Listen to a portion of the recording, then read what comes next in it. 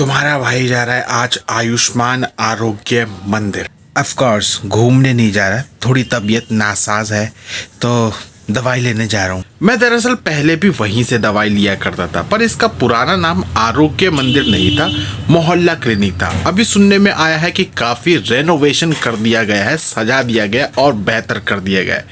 कितना किया गया है वो तो वहाँ जाकर ही पता चलेगा। तो चलो, आइडेंटिटी के लिए मैं आधार कार्ड लेके जा रहा हूँ, कहीं दवाई देने से मना कर दिया तो quack quack quack quack quack quack quack. कोई तो मैटर हो गया है भाई, जो डोगेस भाई बौखलाए हुए हैं, इधर उधर सब जगह के दोस्तों को बुला रहे हैं। कौन है बे? अरे यार ये भाई साहब, अपनी सांसें थाम लीजिए दोस्तों, हम लोग पहुंचने वाले हैं आयुष्मान आरोग्य मंदिर। अरे पापा, ये तो ऊपर बोर्ड ही गायब है।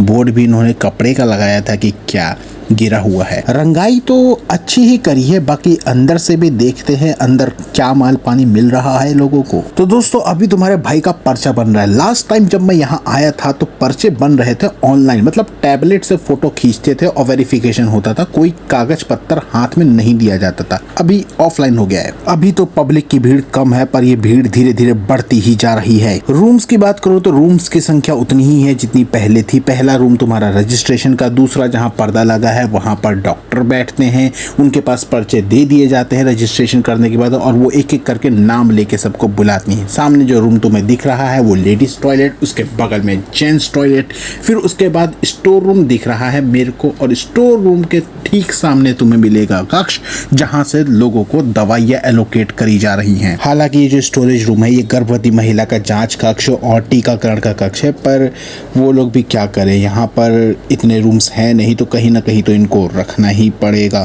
भाई ज्यादा कुछ खास बदला नहीं है, बस वहाँ पर रेनोवेशन ही हुई है। बाकी डॉक्टर का बिहेवियर तो काफी चंगा था, फर्स्ट टाइम में तो मैं कह ही सकता हूँ, बाकी देखते हैं। अगले दिन मैं निकल चुका हूँ कुछ टेस्ट कराने, जो कि डॉक्टर ने मेरे को रिकमेंड करे हैं, क्योंकि भाई वहाँ पर जो है सिर्फ कंसल्टेंसी और मेडिसिन है। टेस्ट आपको आपकी इच्छा है, आप किसी चैरिटेबल ट्रस्ट पे कराना चाहोगे या प्राइवेट वाले के पास। तुम्हारा भाई क्योंकि अमीर है बहुत, इसलिए वो चैरिटेबल ट्रस्ट में आया है, और यहाँ आके मैं उम्मीद ही हार चुका हूँ, क्योंकि भाई लोग सुबह 4-4, 5-5 बजे से लाइन लगा के बैठे हुए हैं और मैं आया ही 8 बजे हूँ। भाई यहाँ पर कुछ टेस्ट लिमिटेड होते हैं, मतलब दिन के 15। मेरा 73वां नंबर है। जैसे ही 17 नंबर पार हुए उन्होंने कहा कि भाई अब ये वाला टेस्ट नहीं होगा, तो कृपया जो ये वाला टेस्ट करवाने आए हैं वो घर को वापस निकल ले या कहीं और करवा लें।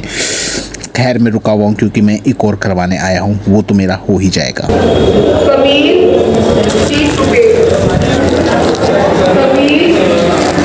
जी मैडम, सुन लिया मैंने, 30 रुपये, आ रहा हूँ। तुम्हारा भाई दूसरे टेस्ट के लिए प्राइवेट वाली जगह पर आया है। प्राइस की बात करूं तो जहां मैं पहले गया था वहां के कंपैरिजन में 300% डिफरेंस है, और अगर खान सर के हॉस्पिटल से कंपेयर करोगे तो 1000% डिफरेंस है उनके हॉस्पिटल में और यहाँ पे। खैर तुम्हारा भाई ने रिपोर्ट्स कलेक्ट करी और 3 दिन बाद दोबारा पहुंच गया मोहल्ला क्लिनिक में। 3 दिन बाद इसलिए क्योंकि भाई ये लोग एक बार में 3 दिन की ही दवाई देते हैं। तो आज मुझे काफी सारा पीने खाने का माल पानी मिला। पीने वाला नंबर 1, पीने वाला नंबर 2, उसके बाद कुछ खाने पीने के लिए भी तो दिया था भाई। खाने वाले क्या, रंग बिरंगी दवाइयाँ, और ये सब अभी एक और होगी ना, कम लग रही कुछ, हाँ ये तो रही, और ये सब 3 दिन की है। देखो तुम चाहे किसी भी गवर्नमेंट को सपोर्ट करते हो, लेकिन मोहल्ला क्लिनिक वाला जो इनिशिएटिव वो काफ़ी बेहतरीन था।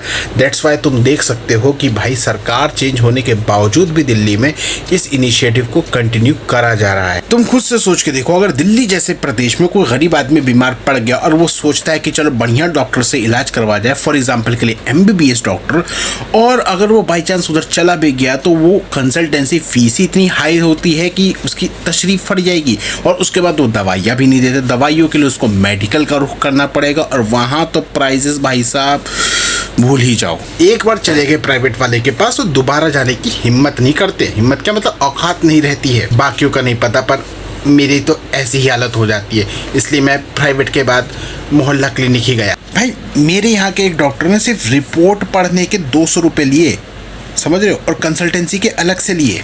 और इन सब के अपोजिट में अवेलेबल है हमारे पास मोहल्ला क्लिनिक, जहाँ पर कंसल्टेंसी और दवाइयाँ पूरी तरीके से फ्री है, बस आपको थोड़ा वक्त देना पड़ेगा और इतनी भीड़ भी नहीं है। सोचो अगर हर मोहल्ले में इसका इंतजाम कर दिया जाए तो कितना ज़्यादा रिलीफ मिलेगा लोगों को भी, और जो बड़े हॉस्पिटल है उन पर भी प्रेशर कम होगा। तो आज के लिए बस इतना ही।